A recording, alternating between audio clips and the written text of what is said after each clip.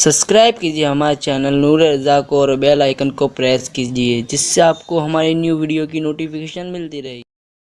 جب صبح کا سویرا نمودار ہوا تو خیال تھا کہ صبح آئے گی تو صبح کوئی خیر کا پیغام لائے گی، لیکن جو 11 محرم کی صبح آئی وہ سید زادیوں کے لیے اور بھی دکھ کی تھی، اس لیے کہ جب صبح ہوئی صبح کو تیمم کے ساتھ بیویوں نے نماز ادا کی، اور نماز ادا کرنے کے بعد وہ ظالم یزیدی پھر آئے اور آنے کے بعد ان سید زادیوں کے ہاتھوں میں ہتھکڑیاں پہنائی جن کی کلائیاں کبھی کسی اجنبی مرد نے نہیں دیکھا تھا، ان کے ہاتھ میں ہتھکڑیاں ڈالی۔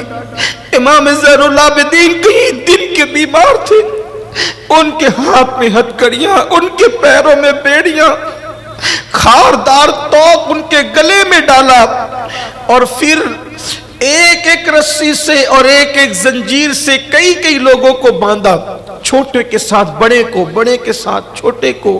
بس وجہ یہ تھی کہ چھوٹے اور بڑے جب ساتھ میں بندھیں گے تو ہوگا یہ کہ بچے جھکیں گے، بچوں کے لیے بڑوں کو جھکنا پڑے گا، اور جب بڑے اٹھیں گے تو بچوں کو جو وہ ان کے گلے میں تکلیف ہوگی، ان کے ہاتھوں میں تکلیف ہوگی۔ بچوں پر بھی رحم نہیں کیا، کن کے؟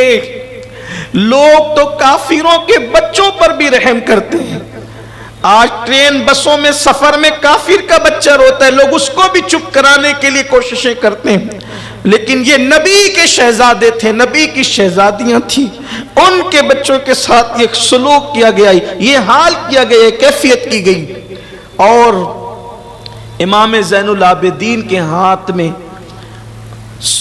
اونٹنیوں کی نکیل دے دی گئی کہ یہ لے کر کے چلو، اتنے دن کی بیماری اٹھا نہیں جاتا تو اذیت دی جاتی ہے، کچوکے لگائے جاتے ہیں۔ سیدہ پاک بی بی سیدہ زینب جہاں کٹی پھٹی لاشیں پڑی تھی وہاں آئی، اور آنے کے بعد جب بیٹوں کے، بھتیجوں کے، بھانجوں کے، بھائیوں کے کٹے پھٹے لاشیں دیکھے، بے گور و کفن پڑے ہوئے، تو مدینے کی طرف رک کر کے کہا، نانا جان اللہ آپ پر درود و سلام کی بارش نازل کرے۔ نانا جس حسین کی پیشانی چومتے تھے ذرا اس کو بھی آ کر دیکھیں، جسے کندھے پہ بٹھاتے تھے ذرا اس کو بھی آ کر دیکھیں، آپ کا حسین بے گور و کفن پڑا ہوا ہے، جس کے لیے جنت سے جوڑے آتے تھے آج وہ بغیر کفن کے پڑا ہوا ہے۔ نانا جان اللہ آپ پر درود ہیں، لیکن شکایت نہیں، شکوہ نہیں، ماتم نہیں، چہرے کا نوچنا نہیں، صبر کا حال دیکھیں۔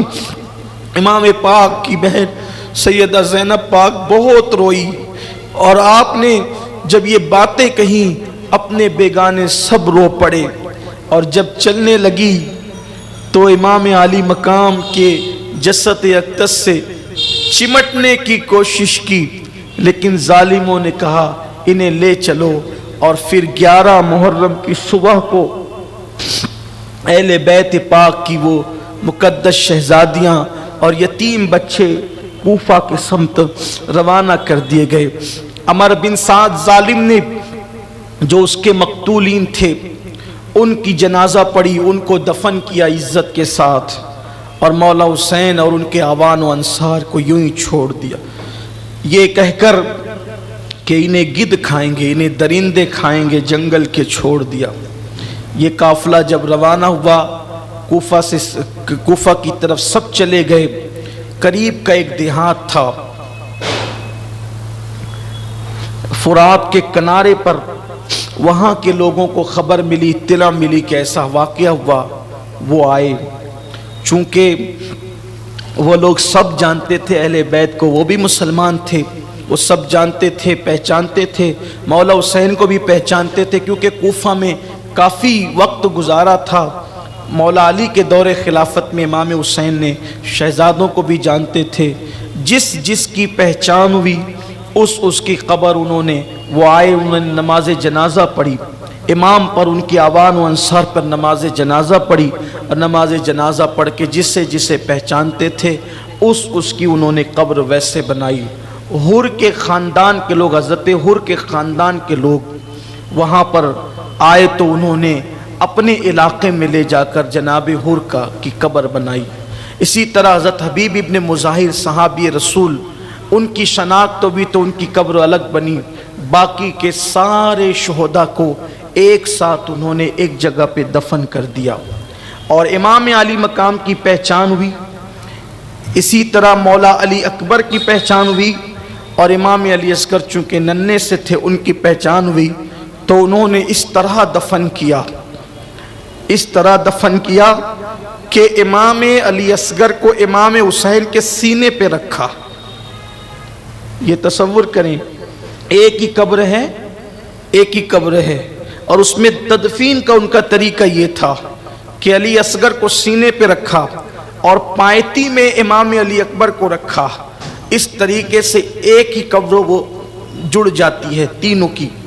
ہو سکتا انہوں نے الگ دفن کیا ہو امام علی اکبر کو، لیکن امام علی اصغر کو سینے پہ رکھا، اور اب وہ ایک ہی ہو گئی یہ تینوں کی قبر۔ جہاں ہم امام علی مقام کے روضے پر حاضری دیتے ہیں، تھوڑی چوڑی سی قبر ہے، جب وہاں پہنچتے ہیں تو اندازہ ہوتا ہے حسین آج بھی اکیلا نہیں سویا، حسین آج بھی سینے پر علی اصغر کو اور پائتی میں علی اکبر کو لے کر آرام فرما رہے ہیں۔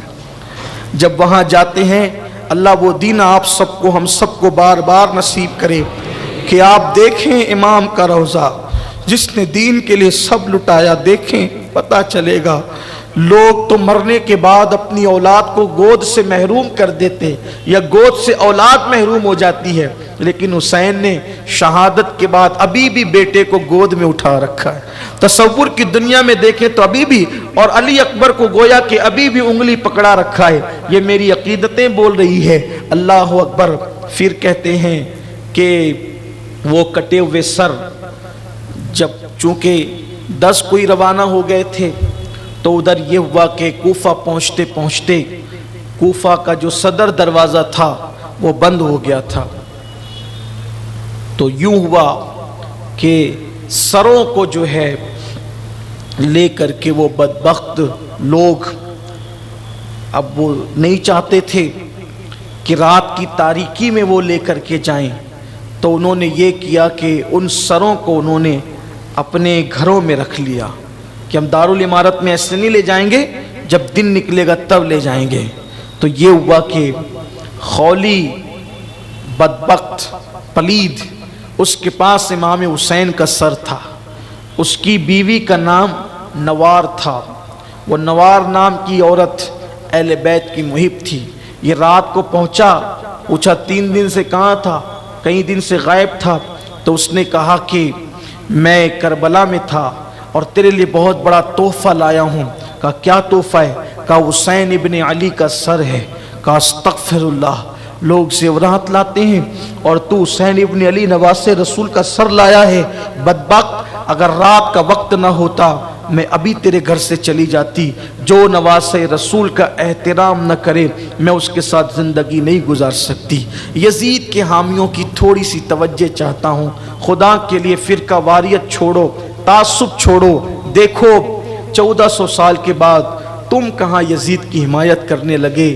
یزیدیوں کی حمایت تو ان کی عورتوں نے بھی نہیں کیا، ان کے گھر اجڑ گئے، بیویاں گھر سے چلی گئی، اور پھر اس نے کہا اگر رات نہ ہوتی تو میں چلی جاتی، مجھ پہ حرام ہے کہ اب میں تیرے بستر پر آؤں۔ اور اس کے بعد اس بی بی نے یہ کیا کہ امام علی مقام کا سر اس نے خولی نے جہاں رکھا تھا وہ وہاں گئی۔ وہ بی بی بیان کرتی ہے کہ نوار نام کی بیوی وہ بیان کرتی ہے کہ میں رات کو اس سر انور کے پاس کھڑی رہی اور درود شریف پڑھتی رہی، تو میں نے کیا دیکھا کہ سر سے لے کر آسمان تک انوار ہی انوار تھے۔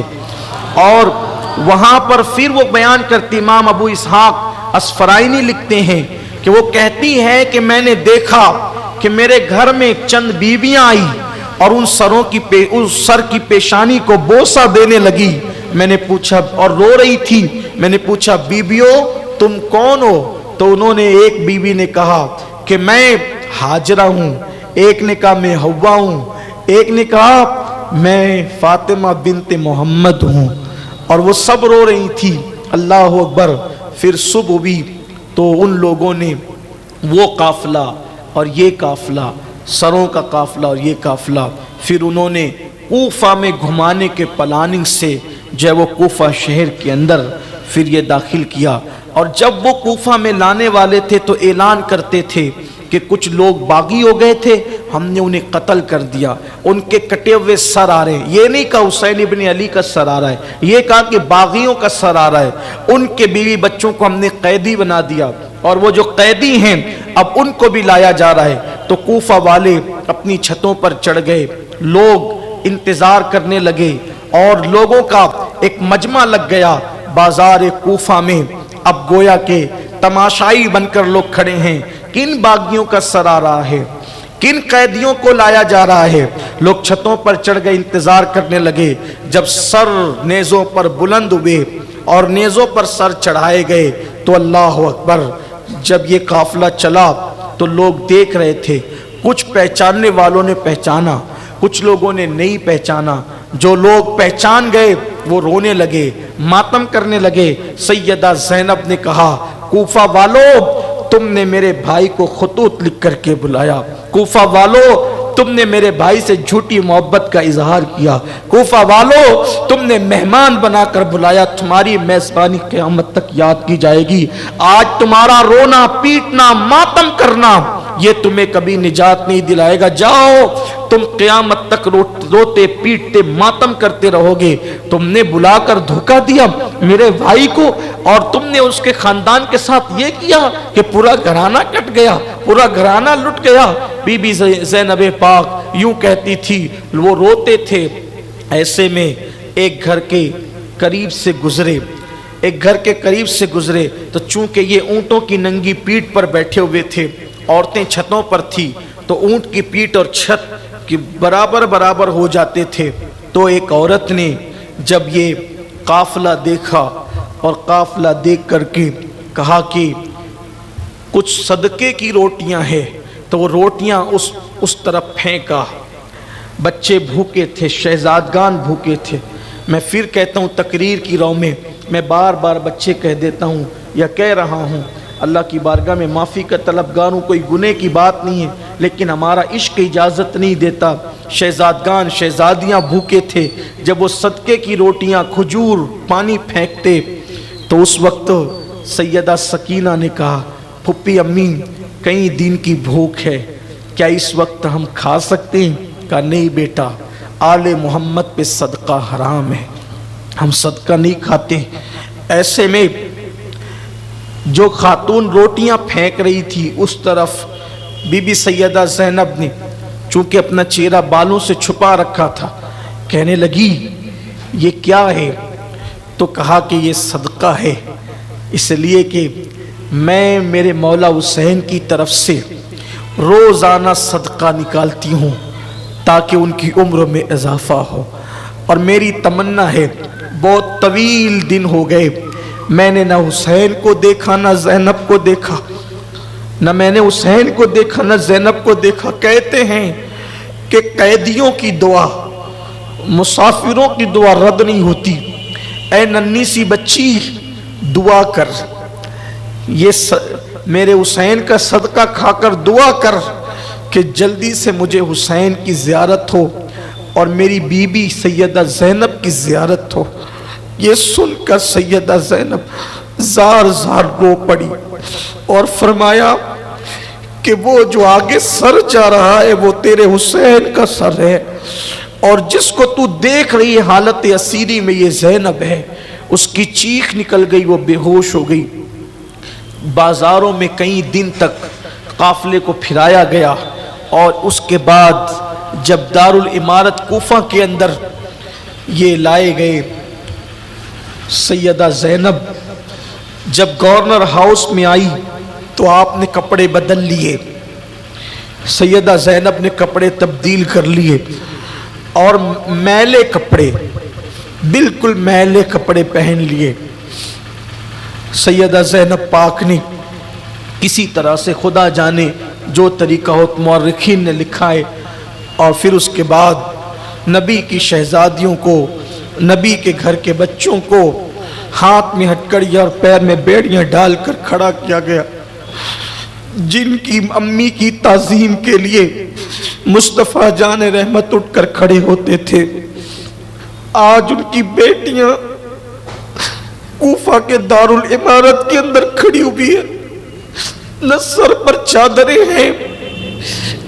جس کے نانا نے حاتم تائی کی بیٹی کے سر پہ چادر ڈال کر کہا بیٹی کسی کی بھی ہو بیٹی تو بیٹی ہوتی ہے. جس نے بے چادروں کو چادر دی، جس نے بے آبروؤں کو آبرو دی، جس نے ذلیلوں کو عزت دی، جس نے گمراہوں کو ہدایت دی، جس نے کنگالوں کو مالا مال کیا، آج اسی کے گھر کی بیٹیاں ہاتھ میں ہتکڑیاں پہن کے پیروں میں بیڑیاں پہن کے بغیر چادر کے کھڑی ہے. کوئی بیٹھنے کے لیے بھی نہیں کہتا. ایسے میں امام کا کٹا ہوا سر ایک تشت میں رکھا ہوا ہے. ابن زیاد بدن ہاتھ بانی فساد وہ ملعون ہاتھ میں چھڑی لے کر امام حسین کے لبوں پر چھڑی لگاتا ہے اور کہتا ہے حسین تو کتنا خوبصورت ہے، تیرے دانت کتنے حسین ہیں. حضرت سیدنا زید بن ارقم وہاں پر موجود تھے. وہ کہتے ہیں بدبخت اس لب کو چھڑی نہ لگا. میں نے بار بار مصطفیٰ جان رحمت کو یہ لبوں کو چومتے دیکھا ہے، تو چھڑی لگا کے بے ادبی کرتا ہے. اس نے کہا بدبخت نے کہ اگر تو بڈھا ہو کر سٹ نہ گیا ہوتا تو میں تجھے قتل کر دیتا. وہ اٹھے روتے ہوئے کہا لوگوں تم نے نبی کی آل کے ساتھ دھوکہ کیا اور ابن مرجانہ کو اپنا امیر مان لیا. سنو یہ وہ پلید اور بدبخت لوگ ہیں کہ امام علی مقام کی شہادت کی بات تمہارے اچھوں کو قتل کریں گے، تمہارے بروں کو یہ بڑھاوا دیں گے. یہ کہتے ہوئے نکل کر چلے گئے. اس کے بعد ابن زیاد نے کہا یہ عورت کھڑی ہے کون ہے؟ سیدہ نے کوئی جواب نہیں دیا. پھر پوچھا کون ہے یہ؟ پھر کوئی جواب نہیں دیا. پھر کہا کون ہے یہ؟ تو کوفہ کی کچھ عورتیں ساتھ ہو گئی تھی. ایک عورت نے کہا یہ بی بی سیدہ زینب پاک ہے، حسین کی بہن. ہاں. اس نے کہا دیکھا اللہ نے ہم سچوں کو کیسی مدد کی اور تمہارے بھائی کا کیا انجام کیا. سیدہ نے فرمایا سیدہ زینب نے اللہ نے اس کی شہادت لکھی تھی میرے بھائی کی جو پوری ہوئی، اور اللہ کی مدد میرے بھائی کے ساتھ ہے، تمہارے ساتھ نہیں. تو فاسق، تیرا باپ فاسق اور تیرا امیر یزید فاسق. میرے بھائی تو سچائی اور صداقت پر تھا. پھر امام زین العابدین پر نظر پڑی. اس بدبخت نے کہا یہ بچہ کیوں زندہ ہے؟ کون ہے یہ؟ کہا یہ حسین کا بیٹا ہے. کہا یہ کیوں نہیں مرا؟ اس کو بھی مار ڈالو. تو کسی نے کہا بچہ ہے. کہا اس کو چیک کرو بالغ ہے کہ نابالغ ہے. میری زبان میں اتنی طاقت نہیں کہ انہوں نے کیسے چیک کیا. میری زبان میں طاقت نہیں. جن کے گھر میں اجازت کے بغیر جبریل نہیں آتے تھے، اگر پڑھنا ہے تو آئینے قیامت میں پڑھو کہ کیسی قیامت ڈھائی ان ظالموں نے. امام زین العابدین کی جوانی چیک کرنے کی بات کی گئی اور پھر کسی نے بتایا بدبخت نے کہ یہ جوان ہے. اور پھر امام زین العابدین کو قتل کرنے کی جب بات ہوئی تو سیدہ لپٹ گئی. کہا کہ میں تجھے اللہ کا واسطہ دے کر کہتی ہوں اگر اس کو قتل کرنا ہے تو اس کے ساتھ مجھے بھی قتل کر دے. امام زین العابدین نے بیمار تھے، ہتکڑیاں تھی، تھکن تھی، سب تھا. فرمایا شہید کر دو مجھے، لیکن ایک وصیت کرتا ہوں اس قافلے کے ساتھ کسی شریف انسان کو کر دینا تاکہ خیر و عافیت کے ساتھ حفاظت کے ساتھ یہ بیبیاں مدینہ منورہ تک پہنچ جائے. کہتے ہیں کہ پھر اس کے بعد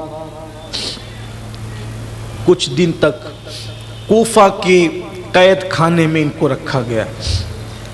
بعض مورخین نے لکھا ہے با اختلاف روایت کم و بیش 35 دن تک کوفہ کے قید خانے میں یہ رہے.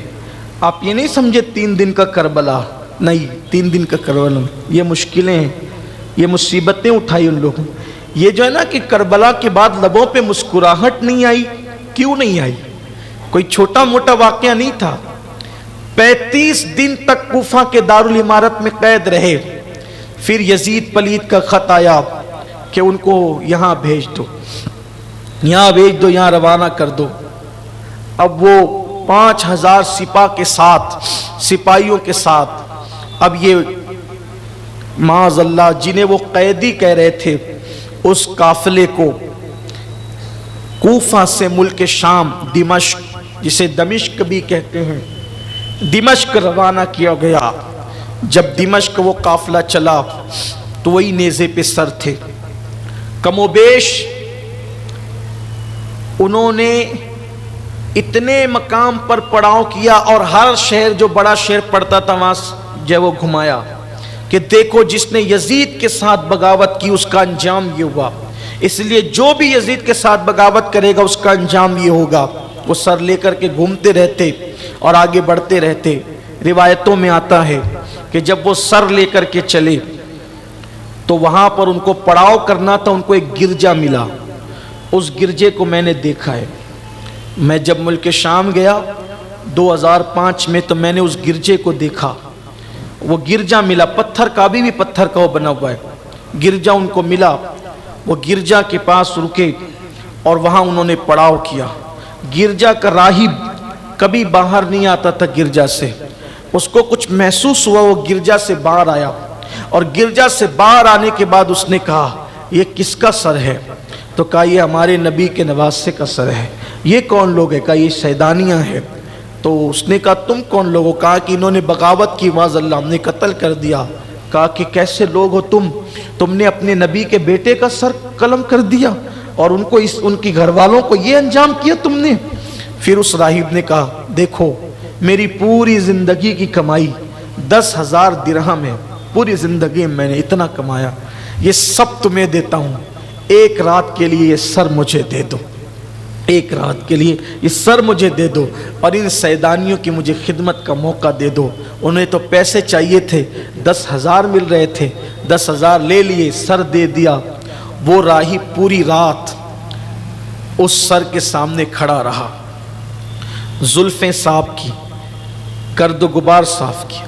امام علی مقام کے کٹے ہوئے سر سے اس وقت بھی خون کا اثر تھا، خون کا اثر اس وقت بھی تھا۔ اس کو پتھر پہ رکھا، وہ پتھر ابھی بھی گرجا میں موجود ہے، اب وہ گرجا نہیں ہے، وہ مسجد ہے۔ تو جب میں گیا تھا تو مسجد ہی تھی، تو اس پتھر پہ رکھا تو اس پہ خون کا اثر تھا، آج بھی خون کا وہ اثر ہے۔ اور کہا جاتا ہے کہ تقریباً 225 سال تک، کربلا کے واقعے کے بعد 225 سال تک جب بھی یوم عاشورہ آتا وہ خون پھر تازہ ہو جاتا، جب بھی یوم عاشورہ آتا وہ خون پھر تازہ ہو جاتا۔ لیکن اس کے 225 سال کے بعد پھر وہ کیفیت نہیں دیکھی، لیکن خون کا اثر اب بھی اس پتھر پر موجود ہے، وہ میں نے اپنی آنکھ سے دیکھا ہے، اللہ شاہد ہے کہ ابھی بھی وہ خون نظر آتا ہے۔ اللہ اکبر۔ تو پھر اس نے غبار صاف کیا، خوشبو لگائی اور رات بھر کھڑا رہا، دیکھتا رہا انوار اس سر پر کیسے برس رہے ہیں، حتیٰ کہ صبح ہوتے ہوتے اس سر کی برکت سے کلمہ پڑھ کے مسلمان ہو گیا۔ امام کے کٹے ہوئے سر کی برکت، یعنی کیا اس نے خدمت کی، اس لیے کہ قدرت کو منظور نہیں کہ کوئی اہل بیت کی غلامی کر کے بھی جہنم میں جائے، اللہ نے ایمان کی دولت عطا فرما دی۔ اس کے بعد پھر وہ وہاں سے نکلے، قافلہ آگے بڑھا۔ اب اختصار کے ساتھ بات کی جاتی ہے اور اب اتنی ہمت کہاں کہ ہر بات کی جائے، اتنی حوصلہ کہاں ہر بات کی جائے۔ بس اب آپ کے سامنے یہ سفر کو مکمل کیا جاتا ہے کہ پھر وہ قافلہ آگے بڑھا اور دمشق سے کچھ دور کے فاصلے پر ان کو روکا گیا، اور جب روکا گیا تو ادھر یزید کو خط لکھا گیا کہ قافلہ دمشق کے قریب پہنچ چکا ہے۔ یزید نے پورا دمشق سجوایا، دمشق سجوایا گیا۔ جو لوگ یزید کے حمایتی ہیں وہ بھی لکھتے ہیں، انہیں پتہ ہے کہ دمشق سجایا گیا۔ اگر یزید کو دکھ تھا شہادت کا، سجوایا کیوں؟ 700 کرسیاں منگوائی اور راستے پر لگائی تاکہ وہ تماشا دیکھیں اہل بیت کے آنے والے قافلے کا۔ ڈھول بجائے گئے، نقارے بجائے گئے کہ وہ قافلہ آ رہا ہے۔ اللہ اکبر۔ پھر یہ کیفیت ہوئی کہ جب وہ قافلہ دمشق میں داخل ہوا، یہاں پر مجھے ایک روایت یاد آتی ہے، میں پڑھنا چاہتا ہوں۔ مشہور سی روایت ہے اور اس کو بہت بیان کرنے والوں نے بھی بیان کیا ہے کہ جب دمشق کے قریب وہ قافلہ پہنچا اور اس کے مضافات میں رکا وہ قافلہ، چونکہ میں آپ کو پہلے بتا چکا ہوں، آپ 22 سال سے بار بار سنتے ہیں کہ روایات میں بڑا اختلاف ہے، الگ الگ مورخین نے الگ الگ بات بیان کی ہے۔ جب وہ دمشق کے قریب قافلہ پہنچا، ابھی کچھ منزل پر تھا دمشق شہر، رات اندھیری تھی، اندھیری رات میں دیکھا کہ ایک نقاب پوش بڑھیا، ایک برقع پوش بڑھیا وہاں کھانا پانی لے کر کے کھڑی ہے، اور کھڑی ہونے کے بعد سیدہ زینب کے پاس آتی ہے، کہتی ہے بی بی یہ کھانا ہے، یہ پانی ہے، قبول کرو، یہ قبول کر لو۔ سیدہ زینب نے کہا اے خاتون تو کون ہے، کون ہے تو، اور یہ کیوں لے کر کے آئی ہے؟ یہاں تو ہمارے ساتھ کوئی ہمدردی کرنے والا نہیں ہے، اونٹ کی ننگی پیٹھ پر ہمیں گھمایا جا رہا ہے، شہر شہر گھمایا جا رہا ہے، جنہوں نے کبھی گھر چھوڑ کے آنگن میں بھی قدم نہیں رکھا تھا بغیر عذر شرعی کے، آج ان کو شہر شہر گھمایا جا رہا ہے، یہ کون ہے تم، کیوں ہمدردی کر رہی ہو؟ اس نے کہا بی بی اندھیرا تھا، بات اتنی ہے، سیدہ پاک نے اپنے بالوں سے چہرہ چھپا رکھا تھا، بات اتنی ہے کہ میں سیدہ فاطمۃ الزہرا کی کنیز ہوں، میں کنیز ہوں ان کی، اور میرا نام فضہ ہے، میرا نام فضہ ہے۔ بس بات اتنی ہے کہ جس وقت سیدہ فاطمہ دنیا سے جا رہی تھی تو انہوں نے مجھے وصیت کی تھی فضہ سن 60 ہجری کے بعد ایک قافلہ آئے گا دمشق، 60 ہجری کے بعد ایک قافلہ آئے گا دمشق میں، ان کی خدمت کرنا، ان کو کھلانا پلانا، خدمت کرنا، اس پر میری روح بہت خوش ہوگی۔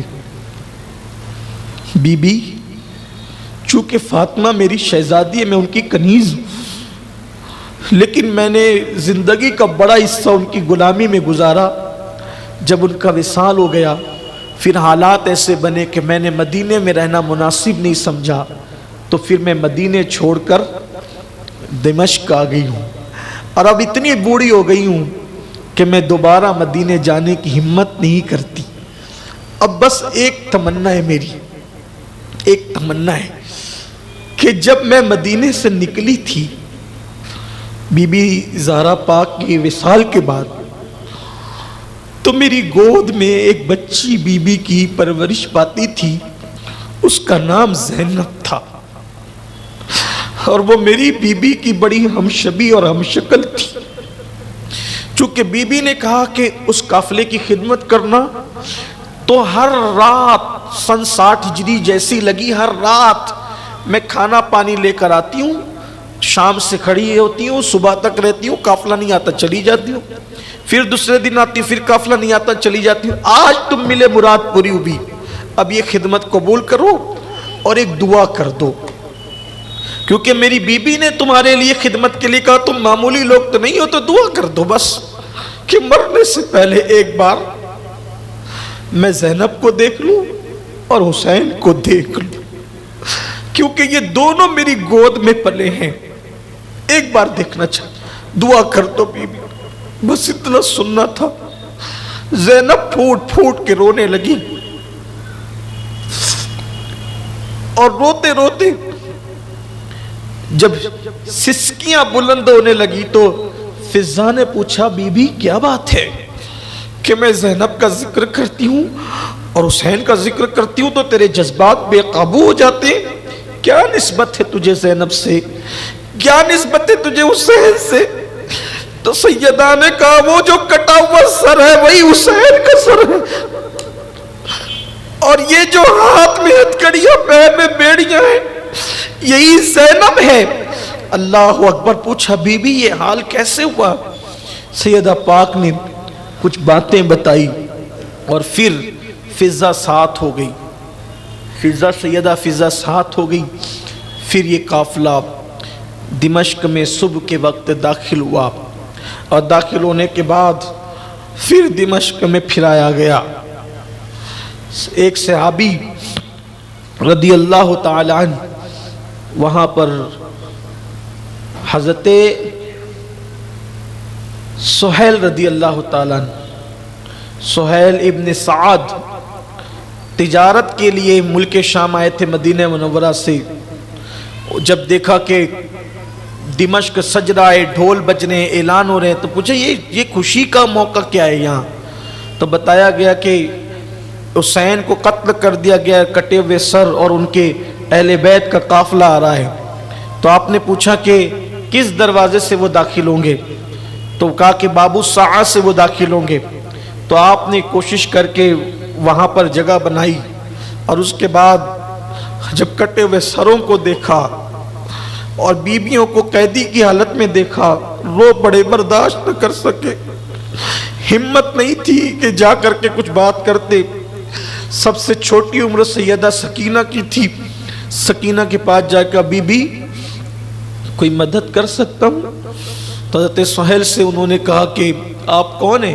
یہاں تو ہمارا کوئی ہمدردی نہیں، آپ کے نبی کا صحابی ہوں، آپ کے نانا کا صحابی ہوں، اہل بیت کا مہم ہوں، کچھ خدمت کرنا چاہتا ہوں۔ کہ اگر کچھ کرنا چاہتے تو ایک کام کریں، ان سروں کو آگے کروا دیں، کیونکہ جب لوگ سر دیکھتے ہیں تو ہمیں بھی دیکھتے ہیں۔ سر آگے ہو جائیں گے تو لوگ سر دیکھنے میں مصروف رہیں گے تو ہمیں نہیں دیکھیں گے، ہم سے توجہ ہٹ جائے گی۔